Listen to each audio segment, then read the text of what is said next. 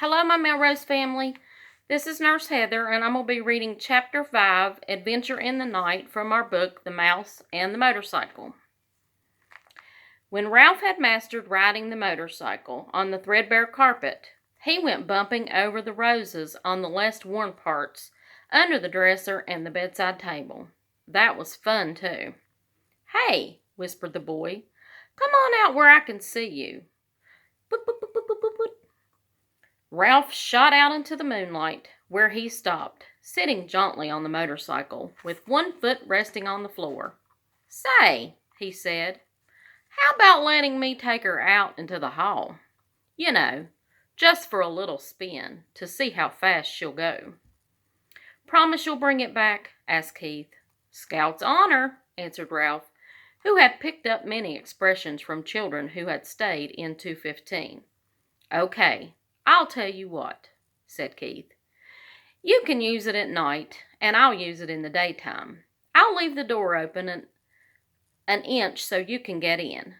That way you can ride it up and down the hallway at night." "Can I really?" This was more than Ralph had hoped for. "Where do you want me to park it when I come in?" he asked. "Someplace where the maid won't step on it," answered the boy. "That's easy. Under the bed. She practically never cleans under the bed." "Yes, I know," said Keith. "I looked. There's a lot of dust mice back there." "Please?" Ralph was pained. "Oh, sorry," said the boy. "That's what my mother calls bunches of dusty fluff under the bed." "My mother doesn't," said Ralph. "Now how about opening the door?" The boy put his hand on the doorknob. "You won't let anything happen to my motorcycle, will you?" he asked. "You know I wouldn't let anything happen to a beauty like this," said Ralph. "See that you don't, and don't stay out too late." The boy opened the door and permitted Ralph to put out into the dim light of the hall. Ralph had a scary feeling. He was on the threshold of an adventure. There were no beds or chairs for him to dart under in case of danger. The floor creaked. Someone was snoring in room 214 across the hall. Outside in the pines an owl hooted, sending prickles up Ralph's spine. Ralph controlled the trembling of his paws, while he hesitated outside the door to consider the possibilities of the hall, which was carpeted down the center, leaving two smooth hallways of bare floor on either side of the baseboards. It did not take Ralph long to decide what to do. He picked up his tail, took a breath, bent low over the handlebars, flattening his ears, and sped the straight away as fast as the motorcycle could go. He could feel his whiskers swept back by the force of his speed. It was glorious. Ralph had never ventured so far from home before. The old wooden hotel, cooling in the night air, snapped and creaked. But Ralph was brave. He was riding a motorcycle.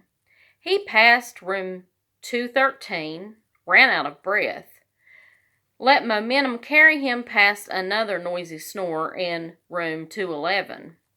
On down the hall to the elevator, the mysterious elevator that carried people to that wonderful place Ralph had heard so much about, the ground floor.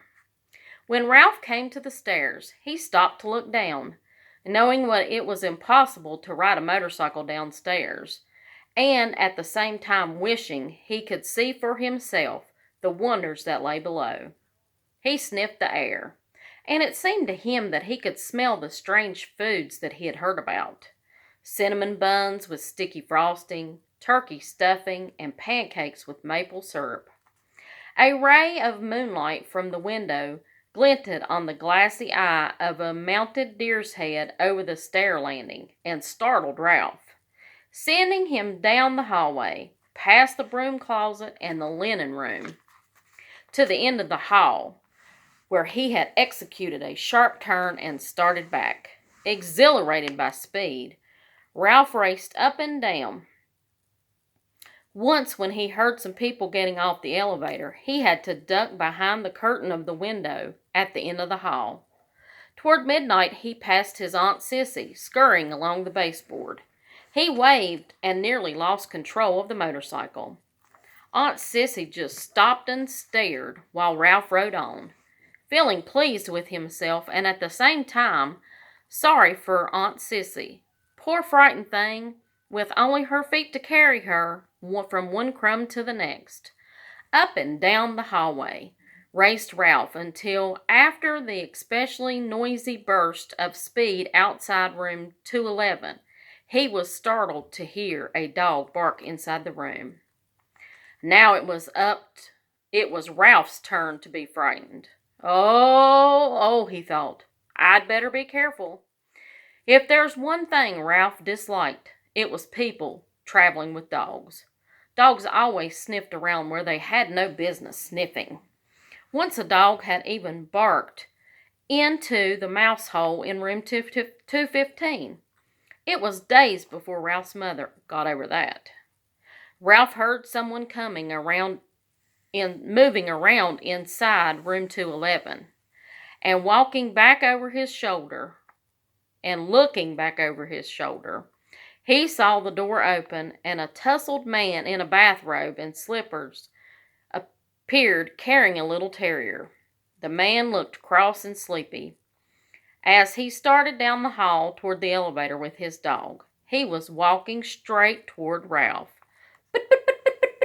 Realizing he was taking a chance, Ralph speeded up the motorcycle. If he turned and headed back to room 215, he would have to pass the man. It was better to continue forward toward the elevator and hope he could find a place to hide. He raced down the hall. The wild bark of the little terrier told Ralph that he had been seen by the dog, if not by the man too. "Shut up," muttered the man to his dog. "I'm going to walk you, but you don't have to wake up the whole hotel." Ralph reached the elevator, where he drove around behind the ashtray on a stand beside the door.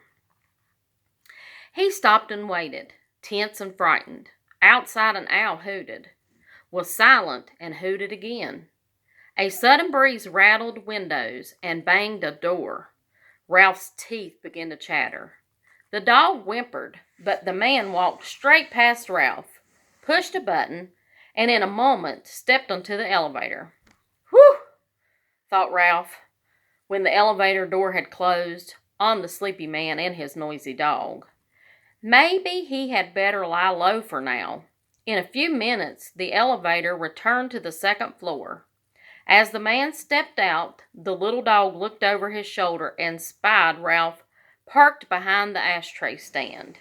Because the dog was a captive and he was free, Ralph could not resist sticking out his tongue and wagging his paws behind his ears, a gesture he had learned from children in room 215, and one he knew was sure to arouse anger. "Look at me!" "Sorry." "Let me at him," barked the little terrier. "Cut it out," grumbled the man, fumbling for the doorknob of room 211, while Ralph, a daredevil, now rode in a giddy circle around the ashtray stand. He had a feeling of cockiness he had never known before. Who said mice were timid? Huh! When the morning song of birds in the pines grew louder than the snores of the guests, and dawn slipped through the window at the end of the hall, Ralph knew it was time to return to 215. There he was shocked to discover the door shut. Only then did he recall the draft in the night and the slam of a door. He got off the motorcycle and pounded on the door with his fists. But what sleeping boy could hear a mouse beating on the door? Ralph knew from experience that he could flatten himself out and crawl under the room door. But there was no way he could get the motorcycle through the crack, not even by laying it on its side and pushing. The handlebars were too wide. Ralph dismounted from the motorcycle, sat down, and leaned back against the baseboard, prepared to guard the motorcycle until Keith woke and discovered the door blown shut. He was tired after a night of such great excitement and full of dreams. Now he had seen the hallway. He could no longer be satisfied with room 215. It was not enough. He longed to see the rest of the world, the dining room, the kitchen, the storeroom, and the garbage cans out back. He wanted to see the game room, where he had been told grown-ups played played games with balls and paddles. He wanted to go outdoors and brave the owls to hunt for seeds. Ralph, a growing mouse who needed to rest, dozed off after experiencing this night. He would never be the same mouse again. The next thing Ralph knew, Matt, the bellboy, was standing over him. "You're out pretty late, aren't you?" Matt asked, causing Ralph to jump to his feet, even though he was not entirely awake. "You should have been in bed a long time ago, but I suppose you were out until all hours, speeding around on that motorcycle." Ralph had seen Matt many times, but this was the first time the old man had spoken to him. He was astonished to discover they spoke the same language. Even so, Ralph stood in front of the motorcycle. Anyone who tried to take it away from him would have to fight Ralph first. "Nice little machine you got there," remarked Matt. "Kind of wish I was young enough to ride one myself. Must be fun speeding along, making all that noise." Ralph realized that Matt was a friend. "Say," he began, "how about helping a fellow out?" "Sure," agreed Matt. "What can I do for you?" "Open that door a crack just enough so I can ride through. I promised the boy I would park his motorcycle under the bed." "Good place," said Matt. "The maid never cleans there if she can help it." Very quietly, he turned the knob and opened the door just enough for Ralph to ride through. Ralph bumped up over the edge of the carpet, sprung out around the wastebasket and the bedside table, and was about to drive under the bed when, "Ah!" screamed the boy's mother, who was standing in the doorway between 215 and 216 in her robe, with her hair up in rollers. "A mouse!" Ralph put on a burst of speed and shot under the bed. "Where?" asked the boy's father, coming from room 216. "Under the bed." I'll look, Mom," said the boy, jumping out of bed. Keith's face appeared under the lifted edge of the bedspread where Ralph was trembling on the motorcycle. The boy held out his hand and beckoned. Ralph understood. He dismounted and ran up the boy's arm inside the sleeve of his pajamas until he came to the crook of his elbow. There he waited, shivering, to see what happened next. Down on the end of the sleeve, he could see the boy's fingers close around the motorcycle. Then he felt himself being lifted up as the boy rose from his hands and knees. "It's just my motorcycle," Keith said. "Yes, that's it," agreed the mother. The door opened, and the mouse rode in. The boy's father began to laugh. "Are you still dreaming?" "But I'm positive," insisted the mother, "that you saw a mouse on a little red motorcycle," finished the boy's father, and laughed even harder. "You make it sound so ridiculous," objected the mother. "Well," the father snorted with laughter. "Well, perhaps I was dreaming," admitted the mother reluctantly. "But I know I saw a mouse. I'm positive, and I'm going to report it to management. I knew the minute we moved in to this spooky old place that it had mice." "Now I've done it," thought Ralph inside the pajama sleeve. And that's all for Chapter 5. You guys take care and be safe. We miss you. Bye.